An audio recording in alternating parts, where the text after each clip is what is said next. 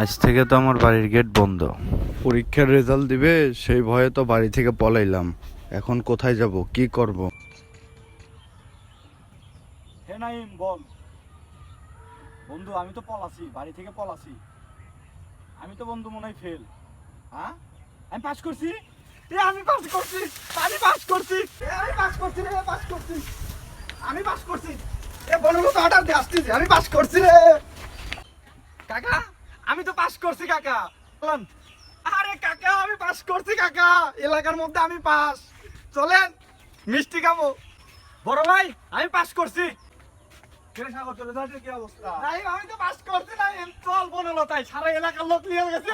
মিষ্টি খাবো, পাস করছি।